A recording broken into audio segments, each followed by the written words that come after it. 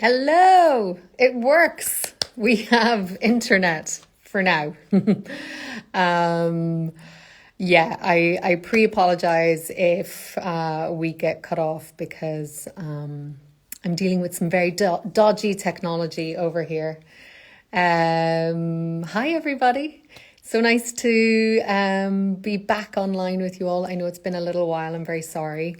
I have been a little bit busy of late. I'm actually not in Scotland. I'm having a gin and tonic, but it's not a forget-me-not gin and tonic. I could have lied and said it was, but as I'm on location, it was the best I could do. They don't have it at this place yet. But cheers, everyone.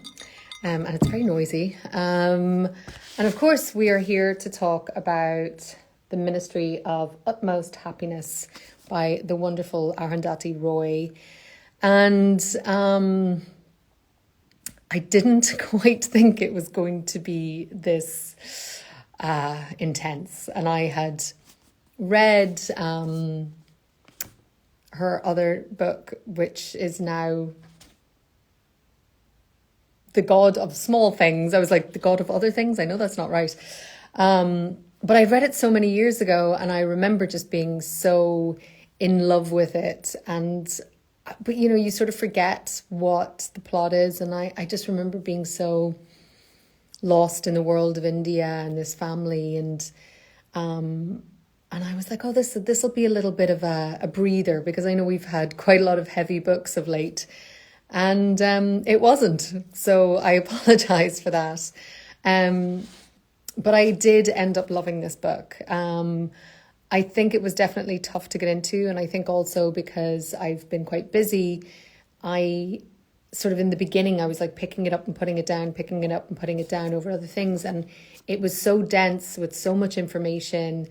And the characters, there was so many of them that I think it did take a little while for me to sort of settle into the rhythm or settle into the stories. And I loved the story of Anjum, and I wanted to know more about her inner world. And I was so kind of, my head was turning every second just with all these other characters. But then, you know, when I was thinking about it, I was like, well, this is actually, I think this is a ploy, and it's a very wisely crafted one to sort of give you that feeling of that chaotic, manic sense of those like inner Delhi neighborhoods, and of the lack of what we would know as our own personal space and all of those things. And I think that in that way, once you sort of allow that rhythm or whatever to kind of settle within you, then I was able to get into it. And then I fell in love with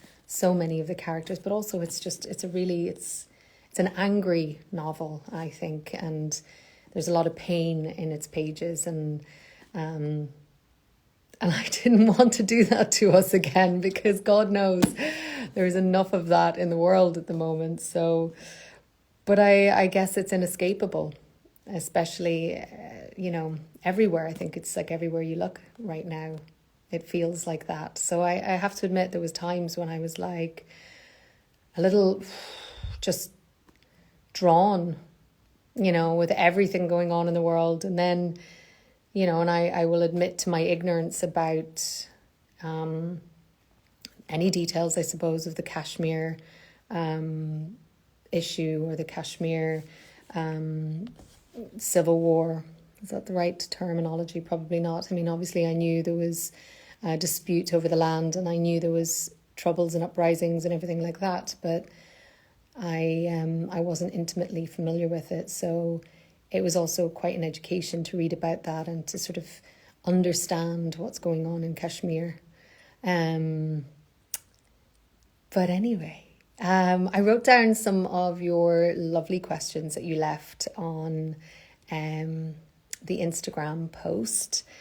And the first one was, and I actually didn't write down the names, and I'm really stupid. I should have done that. But first one was just, did I like the book? And I think I've sort of explained that. I did. I ended up loving it, but I definitely struggled with parts of it. And I struggled getting into it, I think, was the hardest thing. And I wish I had sort of undisturbed time that I could have like focused more on it, because I felt like it needed a lot of my mental attention, which I was trying to do too many things, so I would put it down too often. But I did.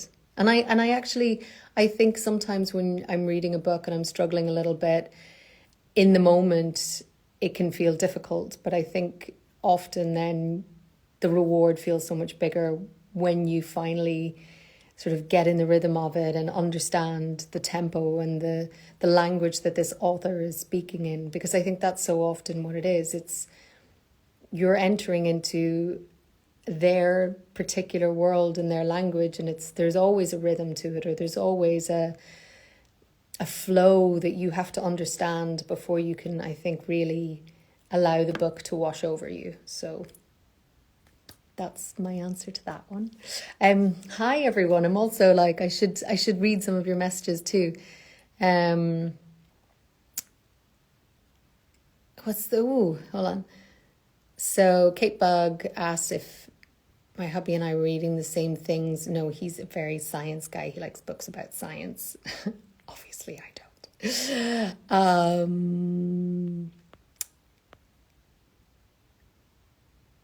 Oh, no, I'm not going to let anyone to the live video. Hi, though. I think it would just get too complicated.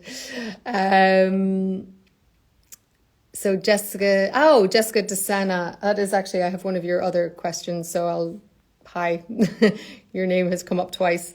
But I'm going to read out one of your other questions later. SJ Gutierrez 58, Gutierrez. Going through what we are globally, it was hard and difficult to get into. So much happening in my personal life, I couldn't separate it. I actually had to leave the house and read in the park. Oh, I'm sorry. But I do, I understand exactly where you're coming from. I think, I think sometimes the exhaustion of corruption and people who've become so corrupted by power and this divisiveness, and people wanting to hold on to their own little corners and blaming other people just because they're not the same religion, or they're not the same color, or they're not the same caste, which, I obviously knew there was a caste system, but the breakdown of, okay, well, if you're this caste, but then what level within that caste you are, that was all total revelation to me, and I feel quite ignorant for that.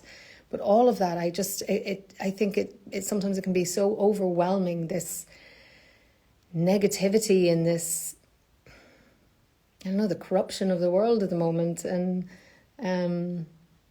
that's why I think there was so much hope towards the end, and there was so much healing in many ways that I felt absolved that I hadn't absolutely brought us all down a complete river of despair.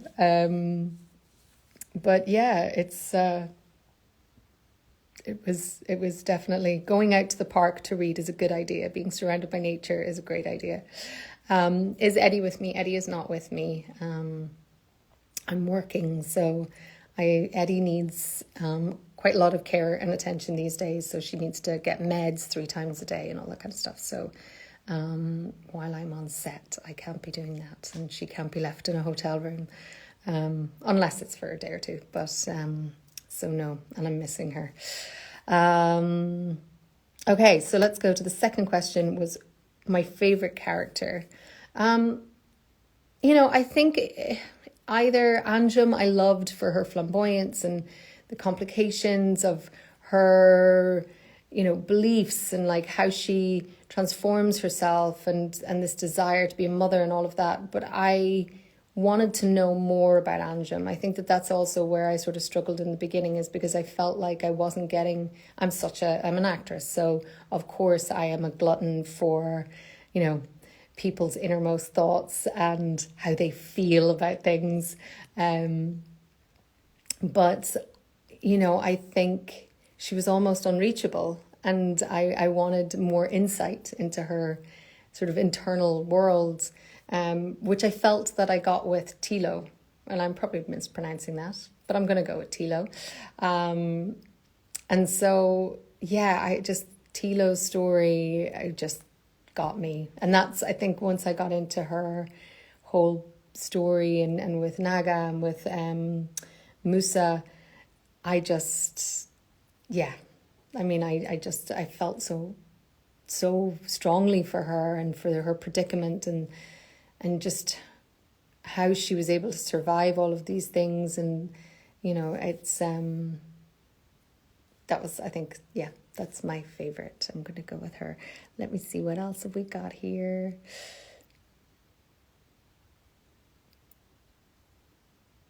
The cloud busting, did I imagine you said your only location? I don't know what that means.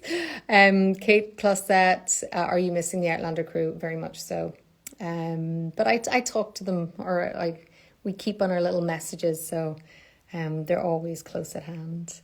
Hello from Argentina, hola.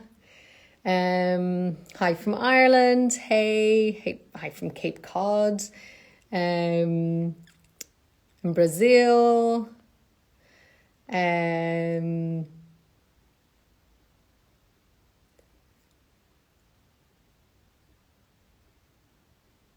I ever feel the Irish conflict as a child? That's from Jane Hinrichsen. Well, yeah, I grew up right at the height of the Troubles in the 80s. And even though I was not living in Northern Ireland, I was living right on the border. So in many ways, I was not, my life wasn't impacted day to day like somebody who would have been living in Belfast or Derry or any other place in Northern Ireland. But the whole conflict of Northern Ireland changed the trajectory of my family. My dad was a police officer and was stationed to the border when I was a baby. So I probably would have grown up in a very different place had that not been going on. And my dad worked the border his entire sort of career when I was a kid.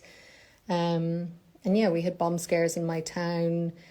There was terrible, horrific bombings in Northern Ireland that I remember so clearly. And I remember seeing all the TV footage that happened only, 30 minutes away from where I lived. And those had a really strong impact on me.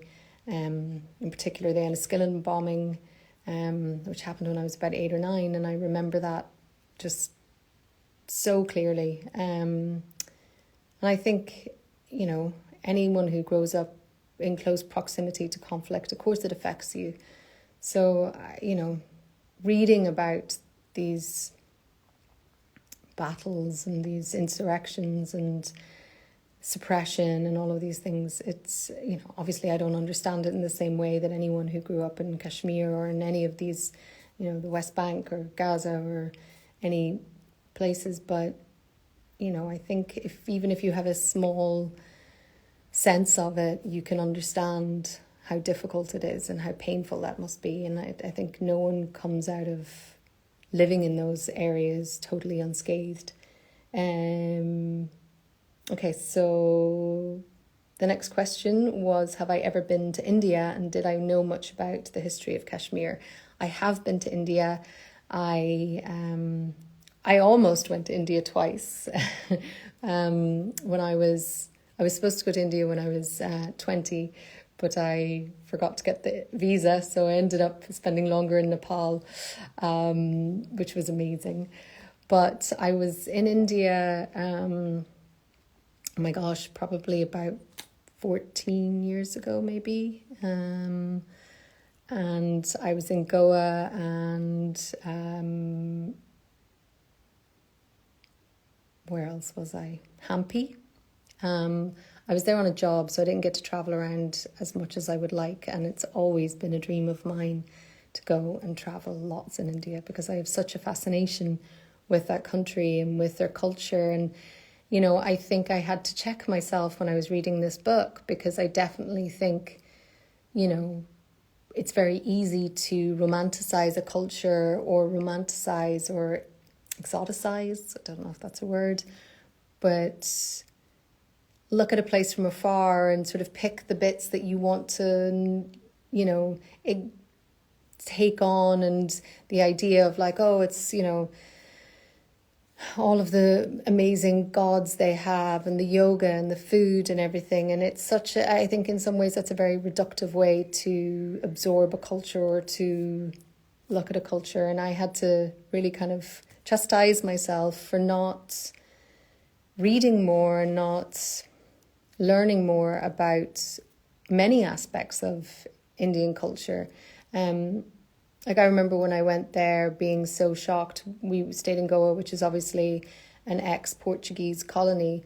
So it's very Christian in Goa, but we travelled by car actually towards Hampi, and we stopped off in a couple of what in Indian terms were tiny cities, but they were huge.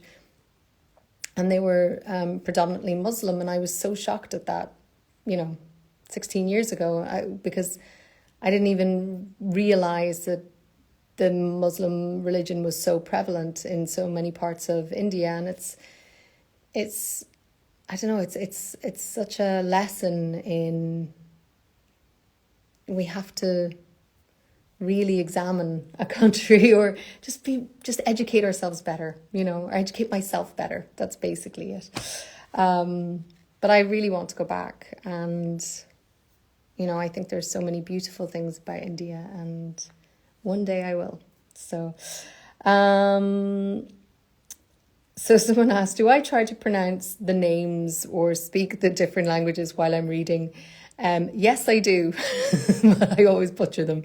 And I think that's also part of the reason. I think at a certain point I had to say, okay, stop pausing for that, because I would get like stuck trying to like pronounce the poetry passages, which was completely pointless and irrelevant. And all it did was sort of stop my train of thought. And then I would have to go back and read more. And then, so I found it just made me read in a very disjointed way. So I had to stop that. And so another, what have I learned from the book? I mean, that's a really good question. I've learned that I need to learn more. No, but I think there's something beautiful about this idea of finding your family and finding your happiness in whatever form they come. And that, this idea of you have to follow the beat within your own heart. And I think that that's something that, why everybody ended up in Andrew's hotel. And it's this, these people who had been so damaged or destroyed, or felt like they didn't exist, or felt like they didn't belong, or they weren't wanted. And that you will always be able to find your own tribe. And I think that that's such an important thing. And that's why friendships are so important. I think that's one of the things. I mean, there's probably lots more, and I probably should have thought about this answer more.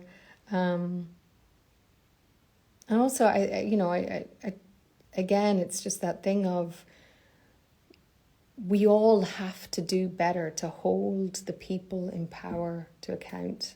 I don't know why.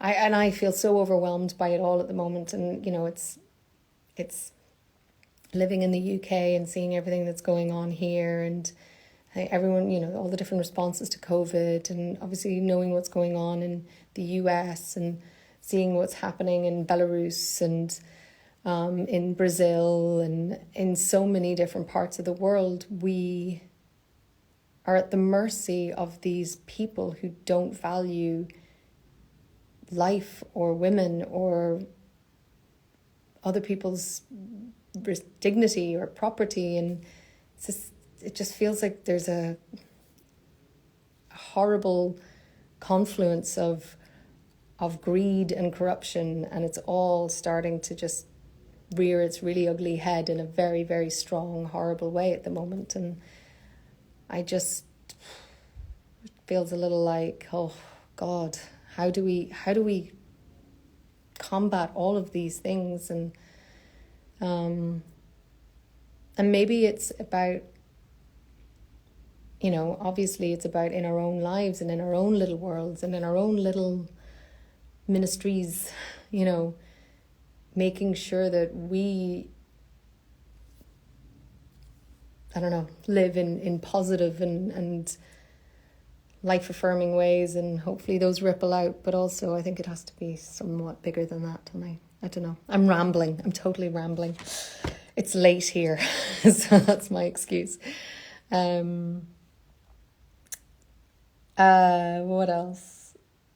Okay, so someone asked, obviously we'll talk about the things that we loved, but what were some of the things I didn't like?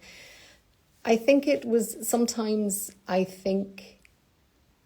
wished she had stayed with the characters and their story, and sometimes she would go on these tangents of explaining stuff that I didn't know that they actually added to what the story was, or I didn't know what I was getting out of it necessarily.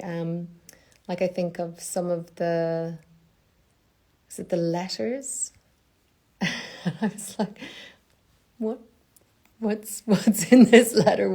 What's so important that I need to know in this letter? Or even some of the transcriptions from Tilo's mom, and I thought there was going to be some of them that were going to be like really revelatory, and we would learn something from them, but quite often I just was like, well, it's not really adding to this, so did there need to be so many? Or if there were some, maybe some of it would be some information, and I think it was a frustration because I just wanted to know more, I suppose. Okay, so what else? What touched me the most about the book? I mean, the suffering, I think. The suffering of so many people in so many various different ways. And then the struggle of those people to just live a better life. From Saddam Hussein, which I think is genius that he chose that name, but it's from the most painful place. And I think that's also, it's just the resilience of human beings. That most awful, horrible thing can happen to people, but they will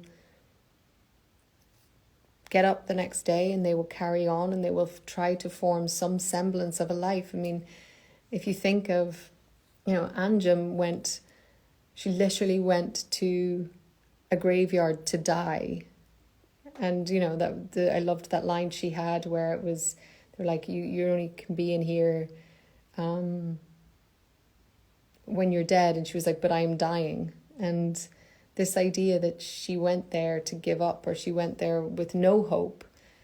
And yet, by the very fact of her just getting up every day, living every day, this world and this family grew up around her. And I thought that was just so beautiful. And it was transformative for her and for everyone else that she then managed to touch their lives. And I guess that's the thing. It's like, one happy life will have a ripple effect. So I think that was the thing that was most touching to me. And I've kind of answered this one, but do I feel this relates to what's going on in the world? Well, I've kind of explained that. I'm not going to go down that dark hole again. I'll try and keep it light. But yeah, I do. I think, the absurdity of war and violence and cruelty. I don't know if absurdity is the right word, because it's obviously such a painful and terrible thing that affects people, but we have to find a better way of dealing with each other and resolving conflict, and I think it's all too relevant at the moment. So well, someone here, Nicole E. Farrell, has said it so much better than I would. She said, the theme of partition, whether nationally, politically, religiously, or interpersonally, was so complex and beautifully developed and written. Well said. I wish I'd said it as eloquently as that. let's go back to you guys for a little bit.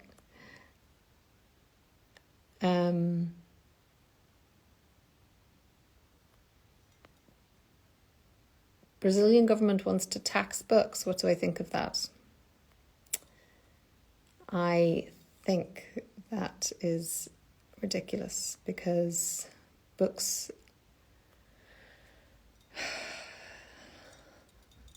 Seriously, Bolsonaro? I think that that's awful, and I hope that that doesn't happen, because access to education, literature, knowledge is important and powerful, and that's exactly probably why they want to tax it. And I feel very sad for you guys at the moment, and I hope that, yes, I hope that he is not in power for much longer. Okay, so what else?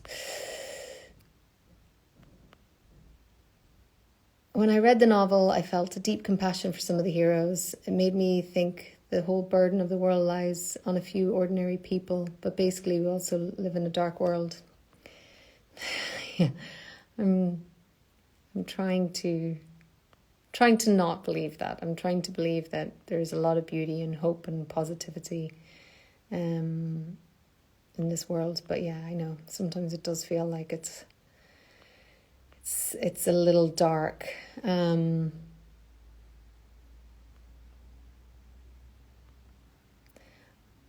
Rick Rosal, don't come here if you're going to put down stupid things and shitty things on my feed. I'm not here for it. Thank you.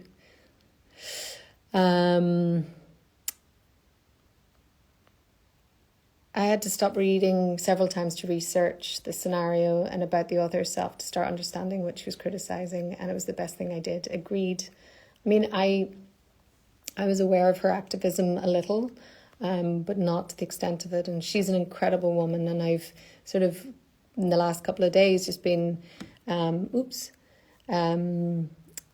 listening to a lot of her interviews, and she's quite a formidable and inspiring woman. So I suggest to everyone, if you can, listen to her speak, because she's pretty amazing.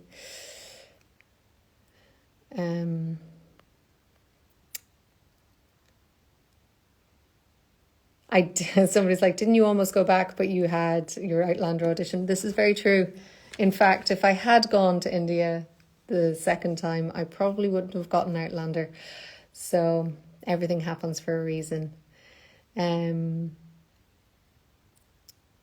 trick to the names is to go from the last syllable and work yourself backwards.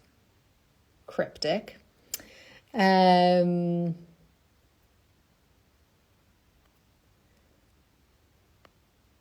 let's see what else.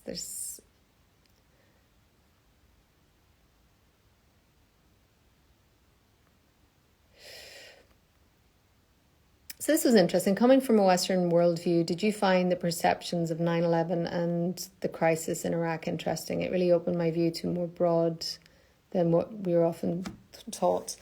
Well, yeah, I think it is really, and this is why I'm trying to read as many books from around the world and share as many books with everyone from around the world, because I do think that we need to look at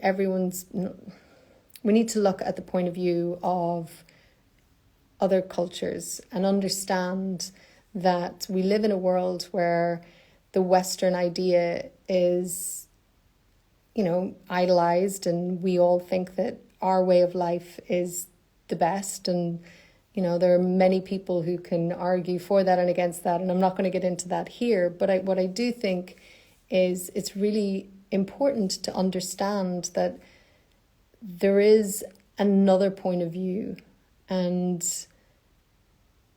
these events and, especially the Iraq War, it affects the people who are living there and the people who are living around the world in very different ways. And I think it's important that we all kind of get outside of our own bubble and get outside of our own point of view and our own worldview, I think especially, and understand things from another perspective. And we don't always have to agree, and we don't have to change how we live our lives, but I think it's important that you have some sort of understanding and some sort of empathy. So I'll probably get a lot of flack for saying things like that, but I think it's important.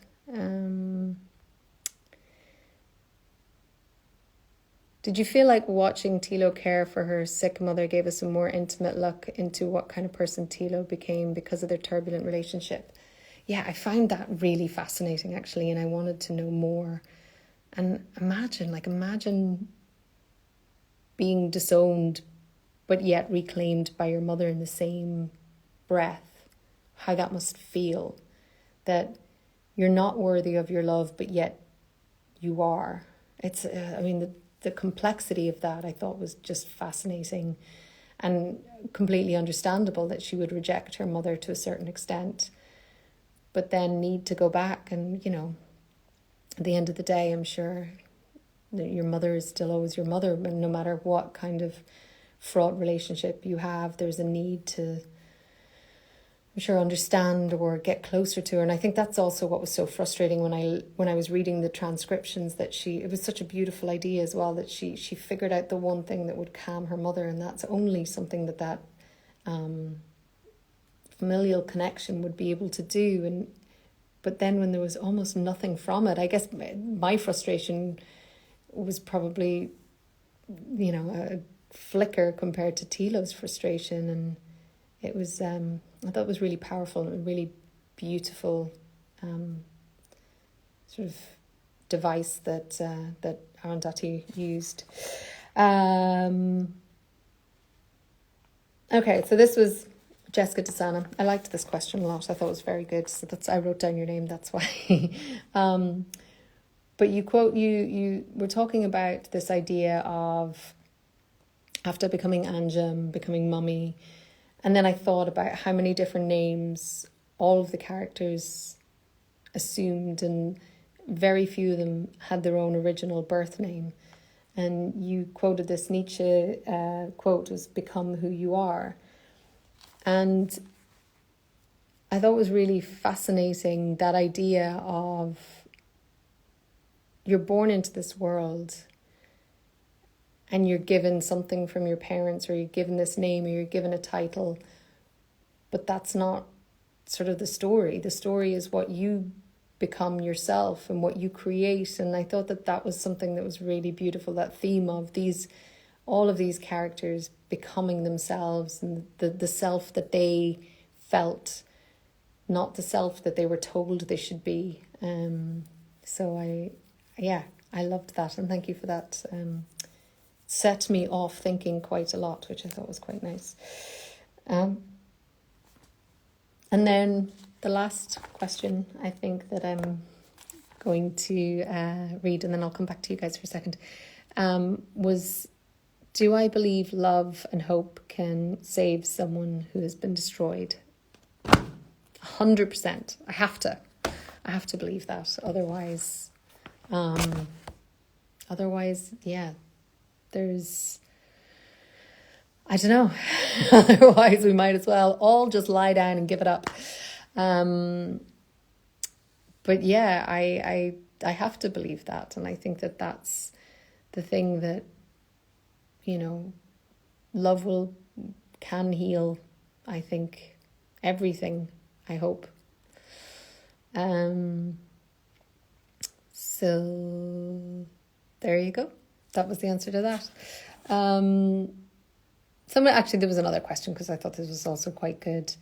I can't remember who asked this, but the sort of question of this paradoxical theme of the graveyard as a place of salvation. I think I've sort of already talked about that, but yeah, I did love that. And there's something that Anjum said, and I should have wrote this down. Early on, I think maybe I've marked a few things that I haven't actually gone to, but when she's talking in the very beginning,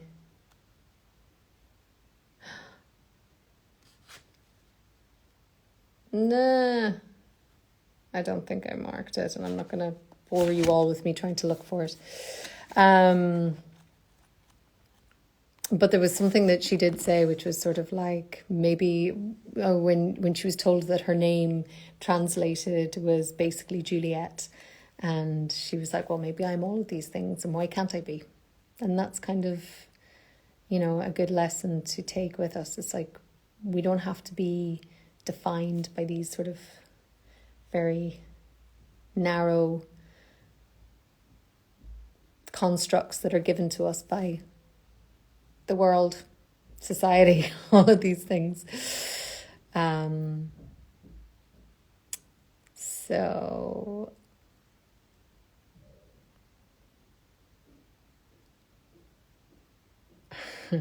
trying to... Am I in London? No, I'm not in London, but I am in England. They gave the impression of having loosened the leash and was taking a free walk while the rest of us were taken for a walk tied as pets. This quote.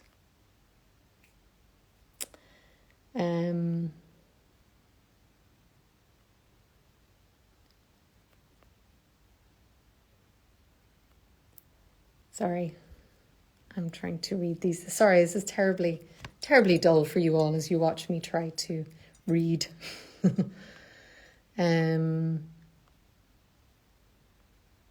I'm going to try and find some. Can we have a lighter reading book next time? These last two books have been quite heavy. Yes, that was my plan. And I'm actually going to give the book selection tomorrow, because tomorrow I'm going to a bookshop. And I have a couple of ideas, but I want to see for sure. So I'm going to make our little announcement. And somebody said they missed the da-da-da-da-da, so I'll do one of those for you. But it's also, it's going to be a male writer next time. I have a couple of thoughts.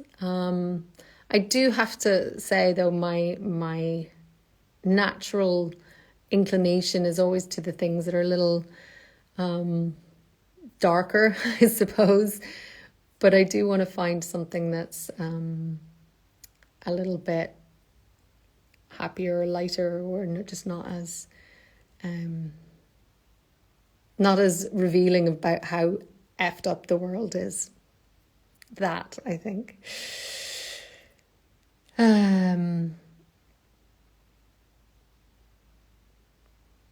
I always believe that all things we watch, read, affect us in a good way or bad, but they affect. Well, I agree. I hope. I hope that's the way. That's the whole point, right? We read to expand our minds and knowledge and all those things. All right, I'm going to do 2 more questions, and then I think I'm going to go, because it's late tonight and I have a lot of work to do. How long in advance do I choose my next reading, and do you have a list? I do have a list, but I also tend to... I like to just wander in bookshops and be sort of surprised and like drawn to different books. And, I think also, I think because everyone is from so many different countries in the world, it's also about trying to find books that are translated into many languages. And I've got but there also seems to be lots of female writers bringing out great stuff at the moment, which I thought was absolutely amazing. I was doing a big search for different books, and it was like female writer, and I was like, yeah, this is kind of cool.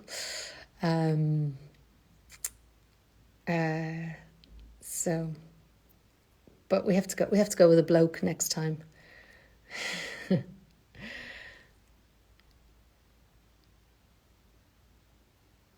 Someone's like, if you're not in the UK, can you tell us where you are? I am in the UK.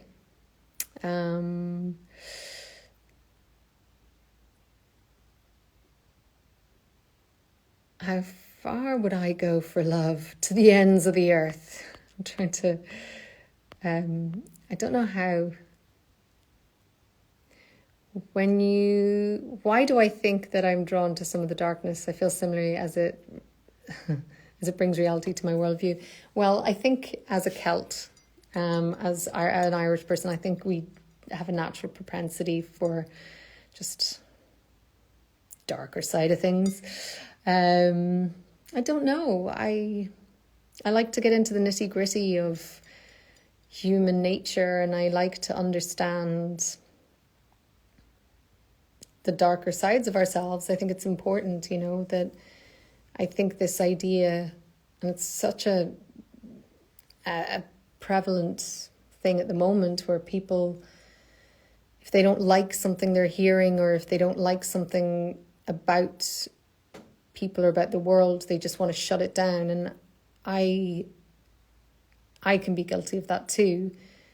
But I think it's so important for us to understand why, because then that's the only time then you can sort of really work through it or fix it or try to fix it. But if you just suppress something, then it just manifests in other ways, or comes out stronger or more twisted, or so. I don't know. Maybe that's why. I'm going to go with that. And because I'm an actor now, I just like to, bathe in the emotion.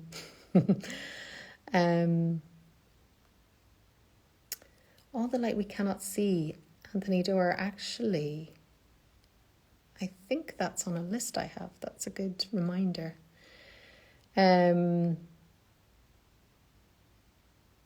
Okay, so everyone, thank you. I don't know about saving the videos, or do we want me to save the videos? I feel a little bit weird about it, because I feel like when we're doing this is such a nice intimate thing that just you guys and me, and then when it's saved, it's sort of, then I don't know, then I can be held to account for everything I say, which I kind of quite like, just speaking off the cuff. So I don't know, we'll see. You can let me know what you think. I feel like, have I read All the Light You Cannot See? It's just, that name's so familiar. So anyway, I will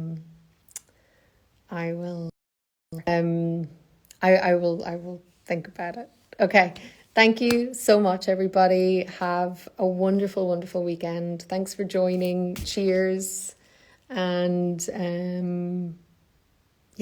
and let's talk sooner this time. I won't drag it out as long, and I will post the book tomorrow, and I can't wait. All right, thank you. Boop.